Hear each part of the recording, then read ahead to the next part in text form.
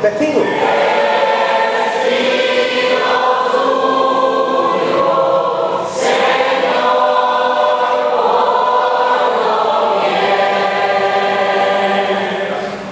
¿Puedes acompañarme y orar? Señor y Dios, queremos ser testigos tuyos, así como dice este precioso himno. Todos los días, no un día en específico, no en una situación específica en nuestra vida, sino todos los días queremos ser testigos tuyos. Y no solo en la iglesia, sino dice el himno, por doquier, en el trabajo, Padre, en nuestra casa, en nuestra escuela, por doquier queremos ser tus testigos. Cantamos una vez más.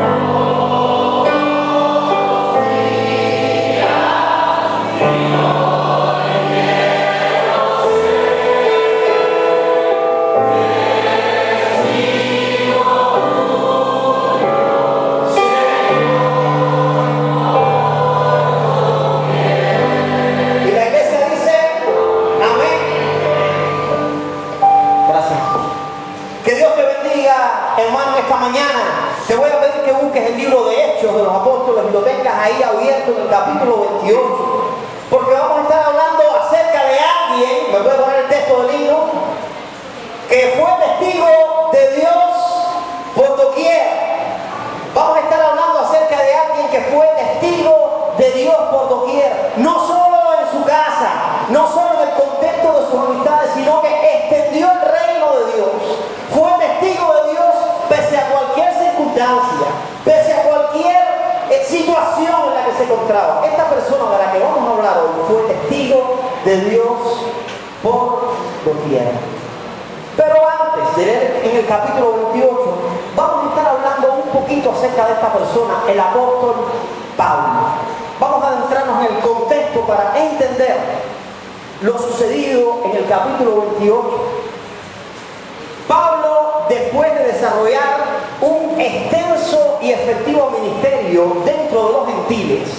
Ahora, cuando la Biblia habla de los gentiles, no se refiere a gente buena, no se refiere a gente gentil, que dice, ¿cómo estás? Buenos días. Sino se refiere a aquellas personas que no formaban parte de la nación de Israel. Así que cuando la Biblia dice gentiles, nosotros debemos entender esas personas que por nacimiento no formaban parte de la nacionalidad de Israel.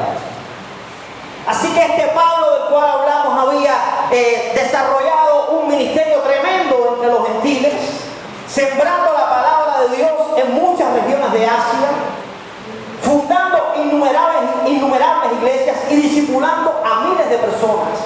Pero este Pablo ya, quizás en la etapa tardía de su ministerio, decide visitar Jerusalén luego de años de ausencia.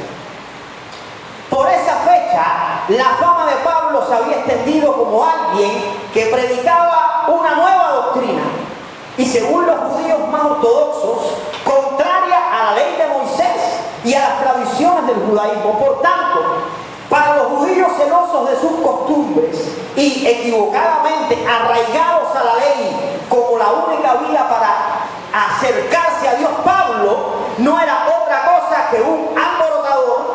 Para los judíos, Pablo no era otra cosa que la causa de muchos debates teológicos en las sinagogas de la dispersión. Así que Pablo no era bien visto por los judíos ortodoxos de su época. Lo cierto es que Pablo, quien otrora había sido instruido a los pies de Gamaliel. Gamaliel era un maestro judío de alto renombre. Pablo era fariseo, que era el grupo religioso más importante e influyente dentro del diverso panorama religioso de los judíos de la época, y había perseguido a la iglesia de Cristo en los primeros años de la propagación del evangelio. Este era Pablo. Sin embargo, camino a Damasco, ciudad a la que se dirigía para continuar incautando cristianos, Saulo tuvo un encuentro con el Señor Jesús que transformó su vida diametralmente. Aquel que era el más cruento perseguidor y hostigador de la iglesia se convirtió en el más importante apóstol, al menos para la extensión del evangelio. Este hombre del cual estamos hablando, cuyo nombre de nacimiento era Saulo, tuvo un encuentro con Cristo, todos lo conocemos, todo ese pasaje, y el Señor le dijo: oye, dura cosa es dar coces contra el aguijón. Y desde ahí Saulo dejó de ser Saulo y se convirtió en Pablo, dejó de ser el que perseguía la iglesia para convertirse en el que desarrollaba la iglesia, dejó de ser el que hostigaba la iglesia para convertirse en la persona que iba de pueblo en pueblo, de situación en situación, estableciendo comunidades de fe. Así que este Pablo, para la cúpula religiosa judía, tipificaba el arquetipo del prevaricador, del apóstata, del hombre que niega su historia y arremete contra ella. Por esta razón, una visita a Jerusalén, la capital del pueblo judío, donde radicaba y sesionaba el Sanedrín, que era el concilio judío, era una absoluta y completa sentencia de muerte para Pablo. Pablo estaba planificando ir a donde la cosa estaba enconada, ir al centro de donde radicaban sus enemigos, a Jerusalén. Un viaje a Jerusalén en la etapa tardía del ministerio de Pablo no significaba otra cosa que una sentencia de muerte segura. Durante la preparación de esta visita, una visita suicida, muchos hermanos hablaron por el Espíritu Santo, declarando el futuro terrible y doloroso que experimentaría Pablo en Jerusalén. Pero nunca el Espíritu Santo le prohibió terminar terminantemente el viaje. Todo lo contrario. Una noche el Señor mismo se le apareció y le dejó claro que exactamente como él había sido testigo de Cristo en otras regiones, Pablo debía ser testigo de Cristo en Roma, que era la capital de la civilización del mundo antiguo y era la hegemonía político-militar que afligía a Israel en ese tiempo.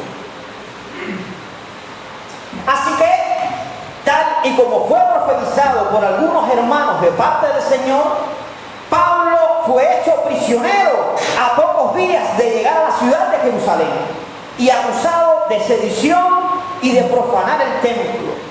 Tras un completo y sorprendente mecanismo judicial, después de haber apelado al César, pues Pablo era ciudadano romano, fue introducido en un barco y fue conducido a Roma para comparecer ante el emperador. La travesía marítima hacia la capital del Estado romano era una empresa sumamente difícil. Eran necesarias semanas de navegación, haciendo escalas en diferentes puertos y regiones costeras. A la enorme distancia a sortear se le añadía el terror de las condiciones climáticas, que para esa fecha eran absolutamente impredecibles. Y en solo unos cuantos minutos, un día de brisa marítima podía convertirse en una terrible tormenta.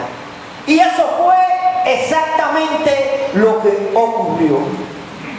Vamos a leer en el capítulo 28. Dice así la Biblia: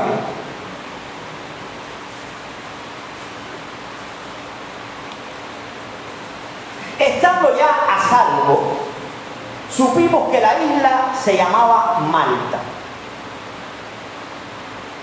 El capítulo 27 habla acerca de cómo Pablo, rumbo a encontrarse con el emperador, naufraga dramáticamente. Y el capítulo 28 nos habla, nos describe qué ocurre después del naufragio.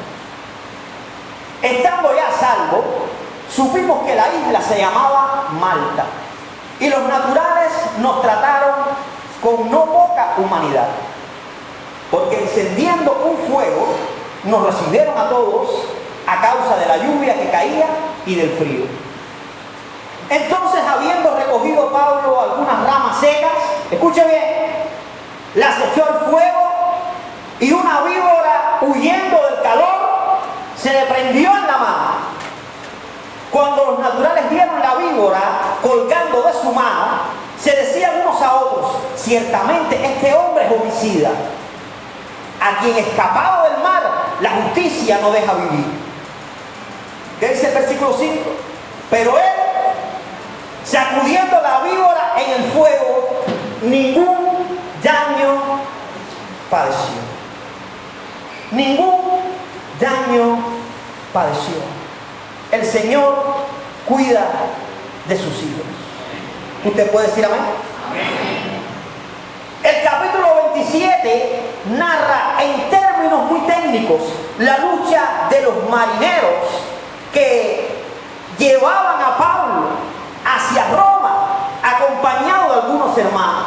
Entre ellos estaba Lucas, el propio autor del libro de los Hechos. El texto narra detalladamente sobre las condiciones climáticas y desfavorables que tuvieron que enfrentar en su intención de llegar a Roma, concluyendo la historia en un funesto y fatídico naufragio en el cual difícilmente lograron salvar sus vidas. Ahora, en el capítulo 28, los versículos del 3 al 4 nos narran un fatídico suceso que le ocurriría a Pablo justo después de naufragar. Dice el versículo 3: entonces, habiendo ramas secas, las echó al fuego y una víbora, huyendo del calor, se le prendió de la mano. Dice el verso 4: cuando los naturales vieron la víbora colgando de su mano, se decían unos a otros: ciertamente este hombre es homicida, a quien escapado del mar la justicia no deja vivir. Y ciertamente las personas de la isla tenían razón para pensar que la justicia divina estaba persiguiendo a Pablo. Imagínese usted, preso, ahora también náufrago, estaba hambriento, estaba a punto de morir de frío, y encima de eso, hermanos, encima de esa circunstancia difícil, habiendo otras decenas de personas en su misma condición, lo muerde una víbora a él, particularmente a él, al siervo de Dios, al hombre que llevaba el evangelio, aquel que iba a ser el precursor del evangelio en Roma, aquel que iba a tener la posibilidad de hablarle al mismo César. A él le muerde la víbora. Y aquí la Biblia detalla un acontecimiento que se aplica muchas veces al cristiano de hoy. ¿Cómo es posible que en medio de la dificultad y las condiciones adversas las cosas se pongan peor? ¿Cómo es posible que esto suceda incluso para nosotros, los hijos de Dios? ¿Cómo es posible que aquella víbora mordiese entre todas las personas a Pablo, el apóstol por excelencia, al que había extendido el evangelio por Asia y en la mayoría del mundo conocido, al enviado de Dios? ¿Cómo es posible que la situación se complicara dramáticamente para Pablo? No bastaba con el frío, no bastaba con el hambre, no bastaba acaso con haber naufragado. La cosa se sigue complicando para Pablo y una víbora lo muerde específicamente a él. Todas estas interrogantes pudieron pasar por la mente del apóstol, así como hoy día, al incrementarse la contrariedad y la adversidad en medio del caos del mundo de hoy, pudiéramos preguntarnos: ¿por qué se agravan los problemas? Incluso para nosotros. ¿Por qué la cosa se complica? Incluso para nosotros. Dios.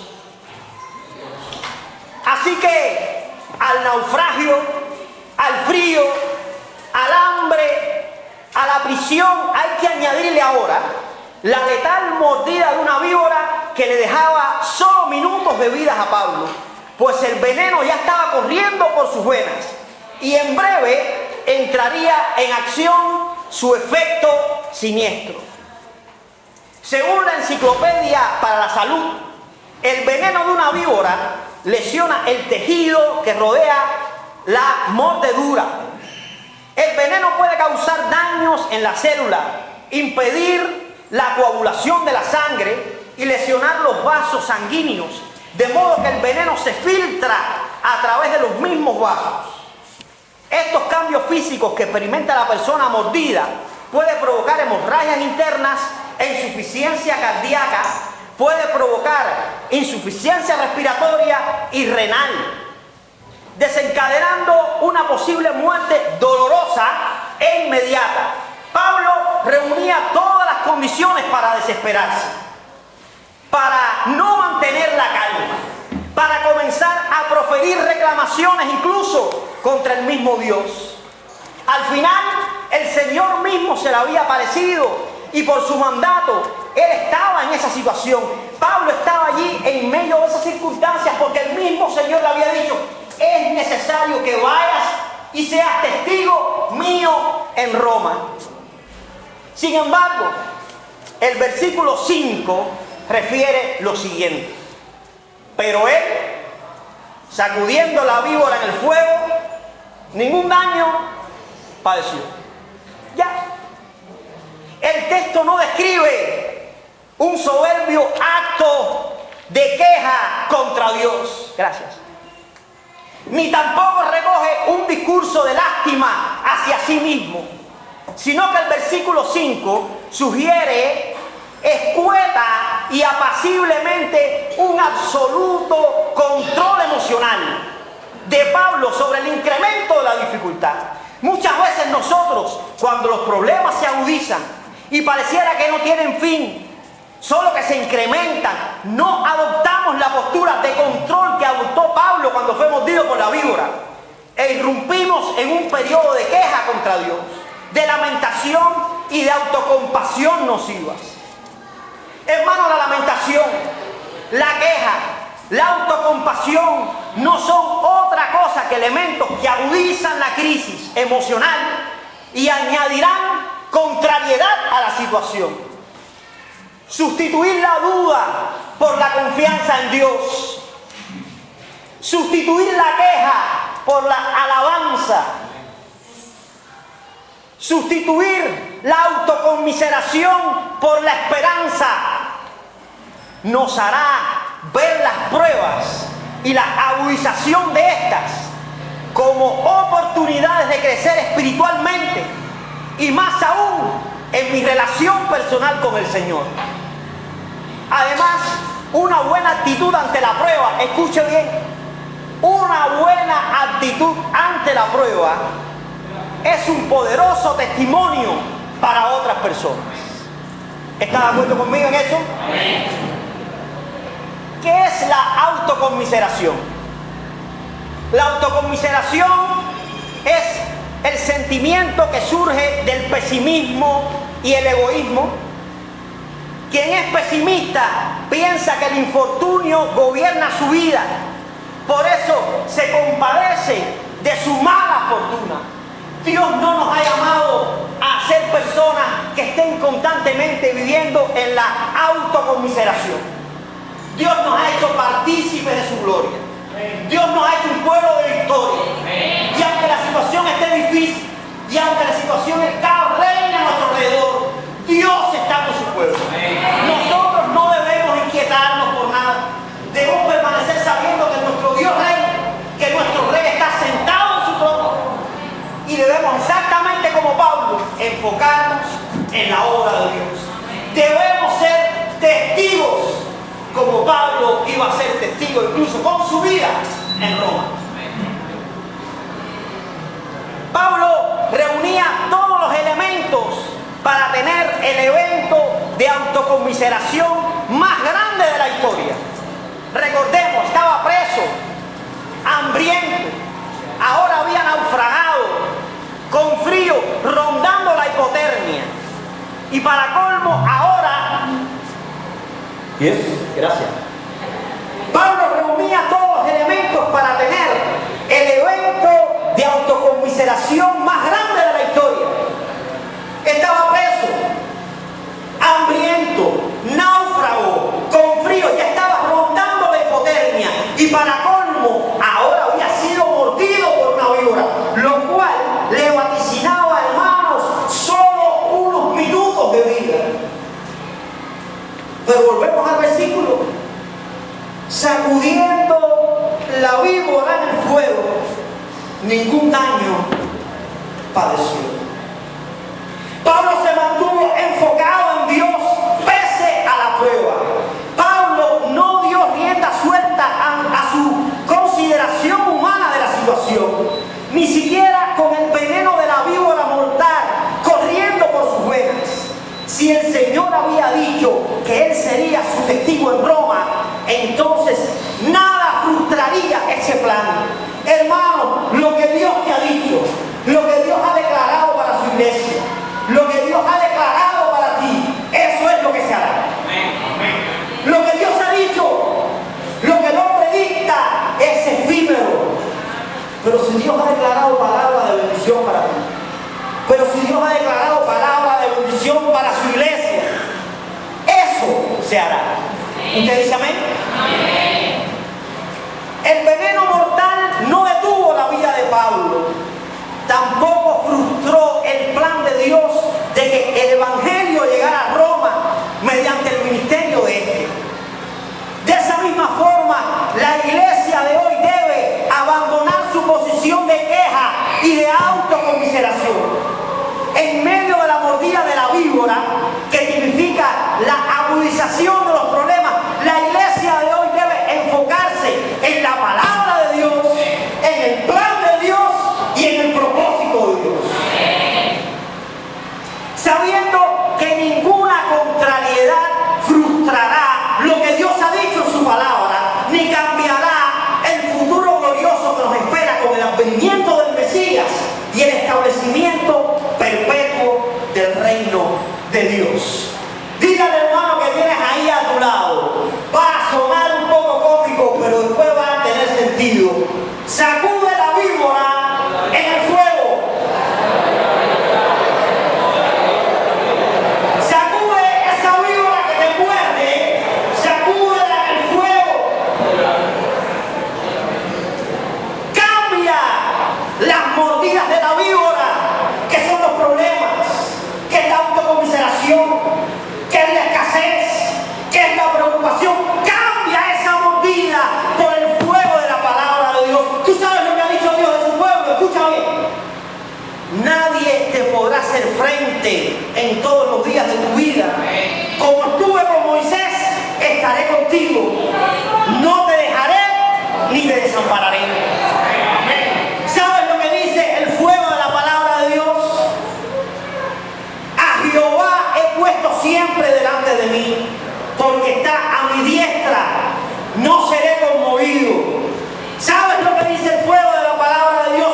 Me diste a sí mismo el escudo de tu salvación, tu diestra me sustentó, tu benignidad me ha engrandecido. Puesto los ojos en Jesús, el autor y consumador de la fe, el cual por el gozo puesto delante de él sufrió la cruz, menospreciando el oprobio, y se sentó a la diestra de Dios. Porque, dice la Biblia, esta leve tribulación momentánea produce en nosotros un cada vez más excelente y eterno preso de gloria. Así que, hermano, sacude esa víbora que te muerde, desarráigate de los problemas y enfócate en el fuego de la palabra de Dios. Miramos el versículo 6. ¿Qué dice el versículo 6?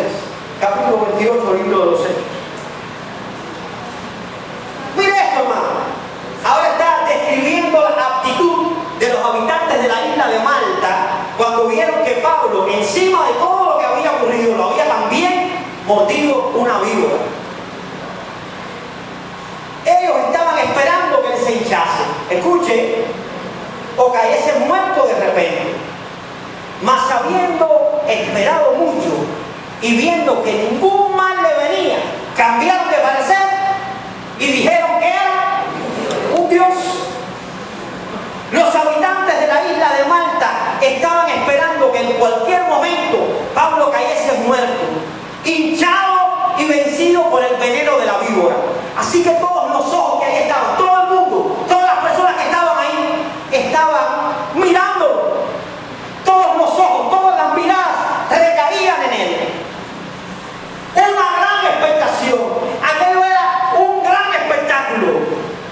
En esta escena funesta aplican perfectamente las palabras que el propio Pablo escribiese a los corintios cuando dijo: porque según pienso, escucha bien, palabras de Pablo, Dios nos ha exhibido a nosotros los apóstoles como postreros, como a sentenciados a muerte, pues hemos llegado a hacer espectáculo al mundo, a los ángeles y a los hombres. Primera de Corintios 4, verso 9. Pero el control emocional de Pablo frente a los problemas, su absoluta confianza en la palabra de Dios y la propia respuesta de Dios cambió el panorama de lo que los habitantes de la isla de Malta estaban esperando que aconteciera de manera natural. Pablo no murió por la mordedura de la víbora, todo lo contrario, se sobrepuso a ese terrible incidente y ministró al Señor en ese lugar, haciendo sanidades y seguramente estableciendo una iglesia en ese lugar. De la misma forma, hermanos, miren qué interesante. Así como aquellas personas estaban mirando la reacción de Pablo frente a la adversidad, de esa misma forma los ojos de los que nos rodean, los ojos de esta comunidad de la víbora, de nuestros vecinos, de nuestros familiares, de nuestros coterráneos, están puestas sobre la iglesia. Ellos esperan ver nuestra reacción ante la adversidad. Ellos esperan ver nuestra reacción ante el incremento de las dificultades. Los ojos de la sociedad están sobre la iglesia. Y estos ojos están atentos a cómo la iglesia reacciona frente a la modernidad y la contrariedad del mundo de hoy. Hermanos, nos toca a nosotros decidir cómo responder. Siendo ecuánimes como Pablo, con control de nuestras emociones y con absoluta confianza en la palabra de Dios, o con incontables eventos de queja y autocomiseración y pesimismo. ¿Cómo vamos a responder? ¿Cómo va a responder la iglesia de Cristo, hermano, ante el incremento de la adversidad? ¿Como lo hizo Pablo? ¿O con autocomiseración? Y concluyendo, así como Pablo se sobrepuso a la mordida de la víbora, que añadía más problemas a los problemas que ya tenía, Dios espera que la iglesia cubana se sobreponga a la adversidad, a la escasez, a la contrariedad, a la duda, a la desilusión, a la desmotivación. Y así como Pablo, mordido por la víbora, sabiendo que todos los ojos estaban sobre él, la iglesia pueda dar testimonio al mundo de que Dios es real, de que su venida está próxima y de que en Cristo Jesús hay salvación y reconciliación eterna. Que Dios te bendiga.